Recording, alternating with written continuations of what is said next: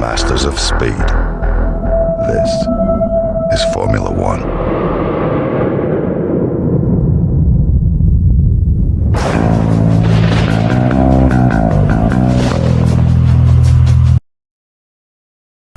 Yo guys, it's Master Flash, it's Singapore, let's go. It's another set of video, no qualifying, 5 red lights.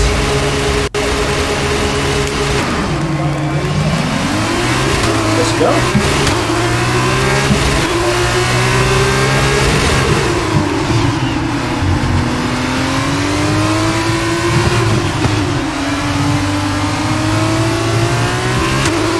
So, I'm going to keep it real.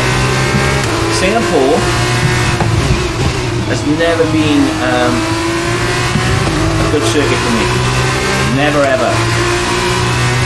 In my last league race, I absolutely kid you not, I managed to make it to lap 11 before I hit good and threw me into the wall. Around Singapore, you can run maximum downforce and still feel like there is no grip. There's a curb here, that one, a curb here that needs to be taken with caution, and then a curb in a few corners time, when I get to it. But yeah, curbs are absolutely brutal around here, and you need to be so careful. With that being said, I've done the setup pretty much to me. Right, this curve here is the worst because it starts off flat and then in the middle it turns to a domed curve, which then can bottom you out.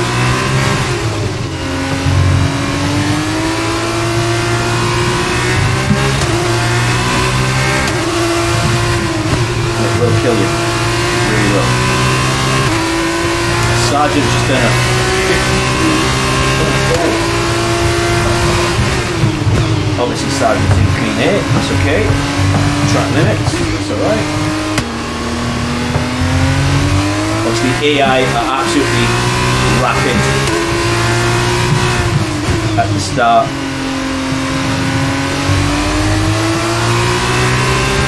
But Singapore isn't one of my greatest circuits. So, it's what it is.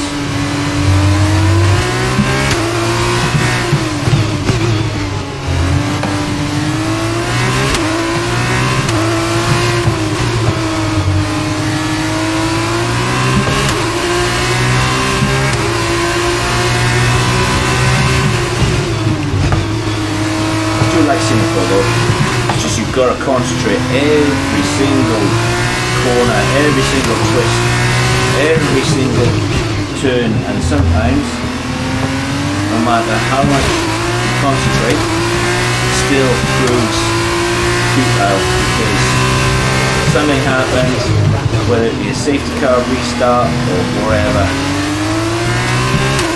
You hit the curve, and then it's suddenly game over.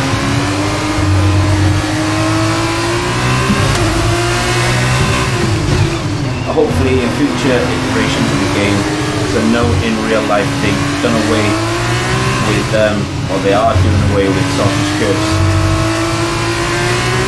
and everything will be smooth. But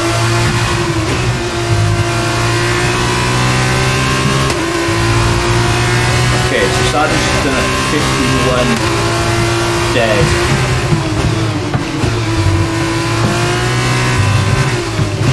I picked up this.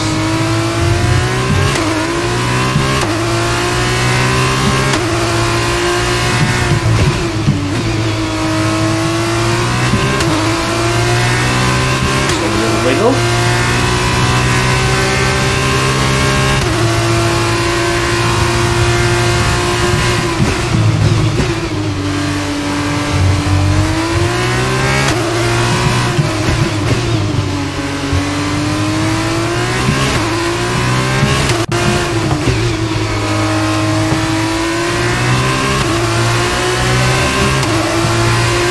sergeant's absolutely flying at the front.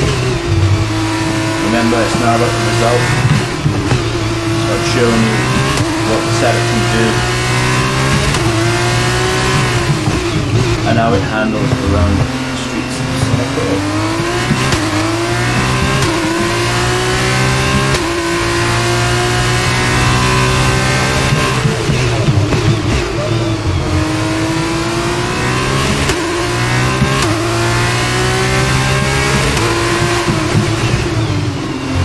Apologies for not talking too much in this one, but really need your wits about it.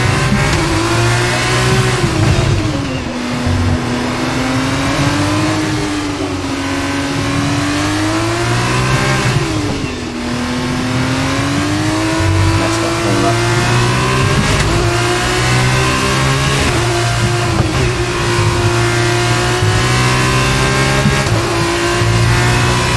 With a 51.3. I believe if I didn't mess that last corner up, I would have probably gone faster. Let's see if I can set a better time this lap.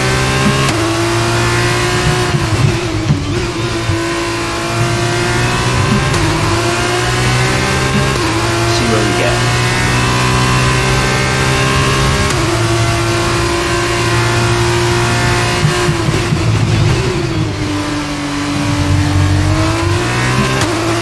Limits.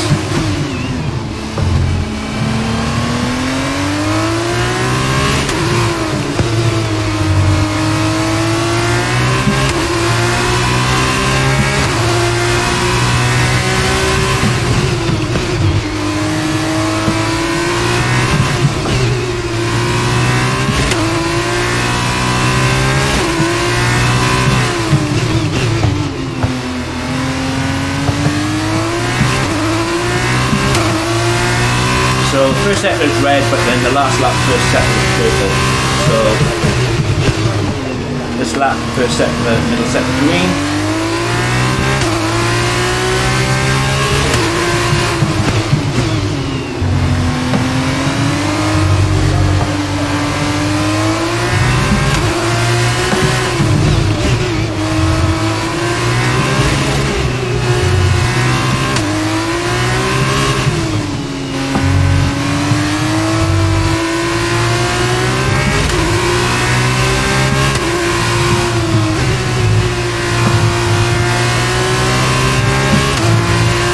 Okay, this is your final lap of the race. Gap to your teammate behind is 4.3 seconds.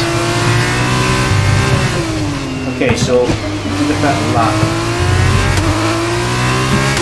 But we still need 2 tenths or more.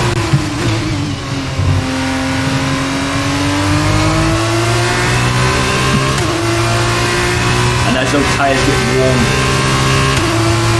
more warm, chances of setting that lap come decrease. Well, that's okay.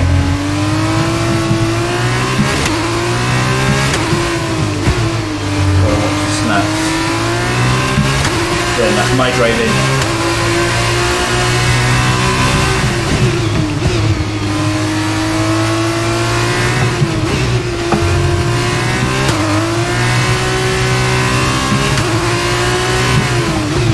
And it's good to know where your weaknesses are as well.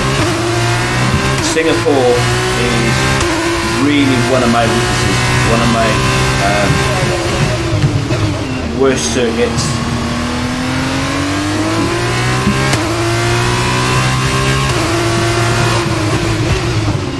Definitely one of my worst circuits. Singapore, Monaco, Hungary, all the tight, twisty.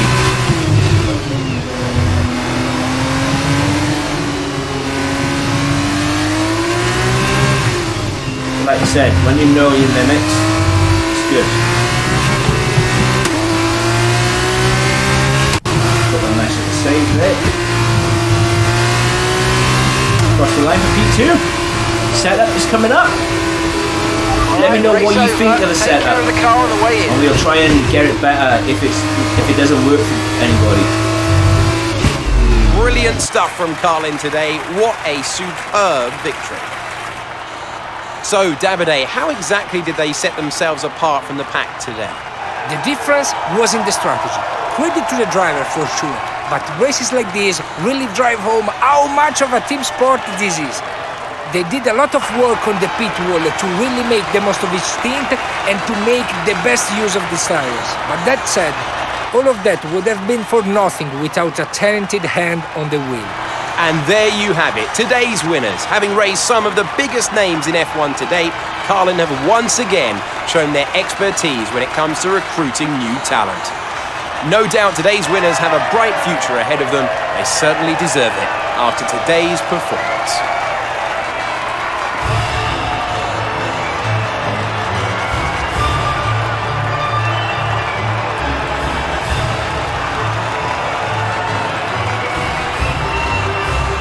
And so, driver of the day then, Davide Valsecchi, who do you think you'd go for? I'll probably go for Federic Vesti.